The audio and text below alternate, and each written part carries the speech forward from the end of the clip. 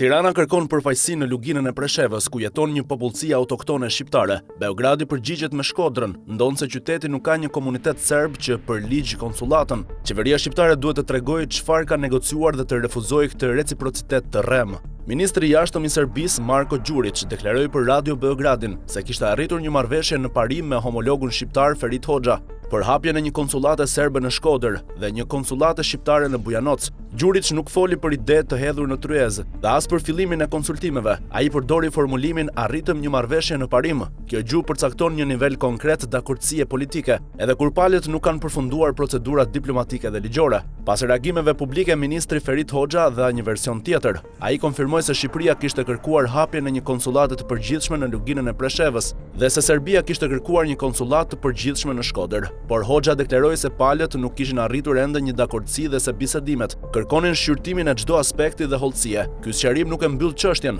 Përkundrazi, ai konfirmon se kërkesa serbe ekziston dhe se diplomacia shqiptare e ka futur atë në proces diskutimi. Ish ministri i jashtëm Ditmir Bushati e cilësoi hapjen e një konsullate serbe në Shkodër si vendim të gabuar në planin politik dhe strategjik. Kundërshtimi i tij prek thelbin e problemit. Beogradi po kërkon të vendosë një barazi artificiale ndërmjet shqiptarëve autokton të luginës së Preshevës dhe një pranie serbe të pretenduar në Shkodër. Kjo barazi nuk ekziston. Shqiptarët e Preshevës, Bujanocit dhe Medvegjës përbëjnë një komunitet autokton me vendbanime, identitet, përfaqësim politik dhe nevoja konkrete për shërbime konsullore. Konsullata shqiptare në Luginë do të shërbente qytetarëve që të ruajnë lidhje të drejtpërdrejta familjare, arsimore, kulturore dhe ekonomike me Shqipërinë dhe Kosovën. Në Shkodër nuk ekziston një komunitet serb i krahasueshëm. Censusi i vitit 2023 regjistroi 584 persona që u vetë deklaruan serb në të gjithë Shqipërinë, jo vetëm në qarkun e Shkodrës. Prandaj Tirana duhet të shpjegojë se cilën nevojë konsullore synon të përmbush Serbia në Shkodër.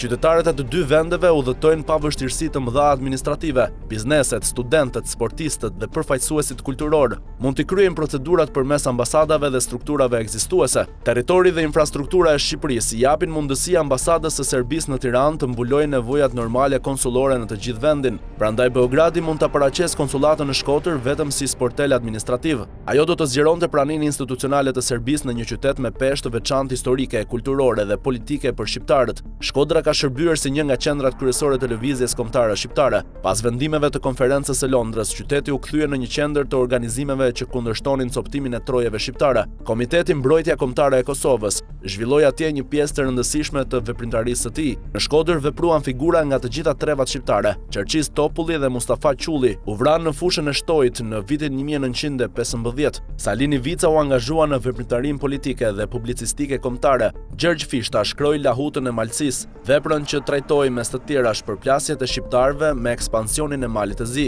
Kjo histori nuk i jep askujt të drejtën që të mbyll Shkodrën ndaj marrëdhënieve diplomatike, por ajo e detyron shtetin shqiptar të shqyrtojë qëllimin politik të kërkesës serbe dhe jo vetëm formën juridike të saj. Beogradi ka përfshirë Shkodrën prej kohësh në narrativet e veta historike dhe kulturore. Tradita epike serbe përmban këngën Zdijane Skadra, ndërtimi i Shkodrës, të mbledhur dhe botuar nga Vuk Karadžići në shekullin e 19. Kënga u atribuon ndërtimin e kështjellës vëllezërve Mrjančević dhe e lidh atë me motivin ballkanik të murosjes së një gruaje. Kjo traditë letrare nuk përbën provë historike për origjinën serbe të Shkodrës dhe as për ndërtimin e kështjellës nga personazhet e këngës. Legjenda e murosjes shfaqet në variante të ndryshme të disa popujt të Ballkanit. Historiografia duhet të trajtojë si folklor dhe jo si dokument pronësie kombëtare. Problemi nuk qëndron te botimi i një këngë popullore serbe. Problemi lind kur institucionet, mediat apo qarqet politike e përdorin folklorin për të krijuar një vazhdimsi historike të rreme dhe për të ushqyer pretendime politike bashkohore. Dinastitë serbe dhe malazeze e kanë parë Shkodrën si objekt zgjerimi territorial.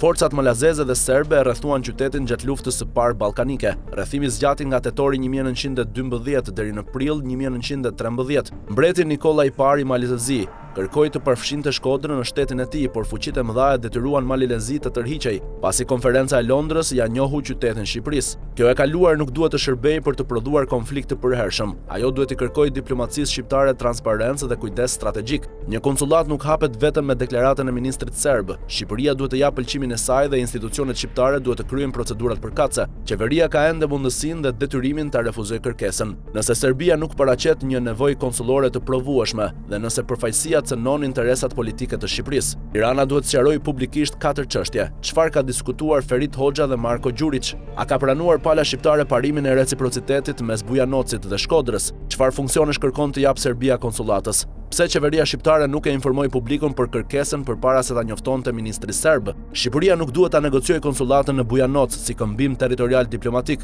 Të drejtat e shqiptarëve të Luginës nuk burojnë nga koncesioni i Beogradit. Ato burojnë nga prania e tyre autoktone, nga shtetësia serbe dhe nga standardet ndërkombëtare për pakicat kombëtare. Beogradi po kërkon Shkodrën si çmim për Bujanocin. Tirana nuk duhet të pranojë këtë formulë. Ajo vendos një shenjë barazimi mes dy realiteteve që nuk kanë as të njëjtën bazë demografike, as të njëjtën histori dhe as të njëjtën nevojë konsullore. Një konsullat shqiptare në Bujanoc përfaqëson përgjegjësi shtetërore ndaj një komuniteti autokton. Një konsullat serb në Shkodër përfaqëson në kushtet aktuale një projekt politik ende të pashpjeguar. Qeveria shqiptare duhet ta ndalë pazarin përpara se diplomacia serbe ta kthejë në fakt të kryer.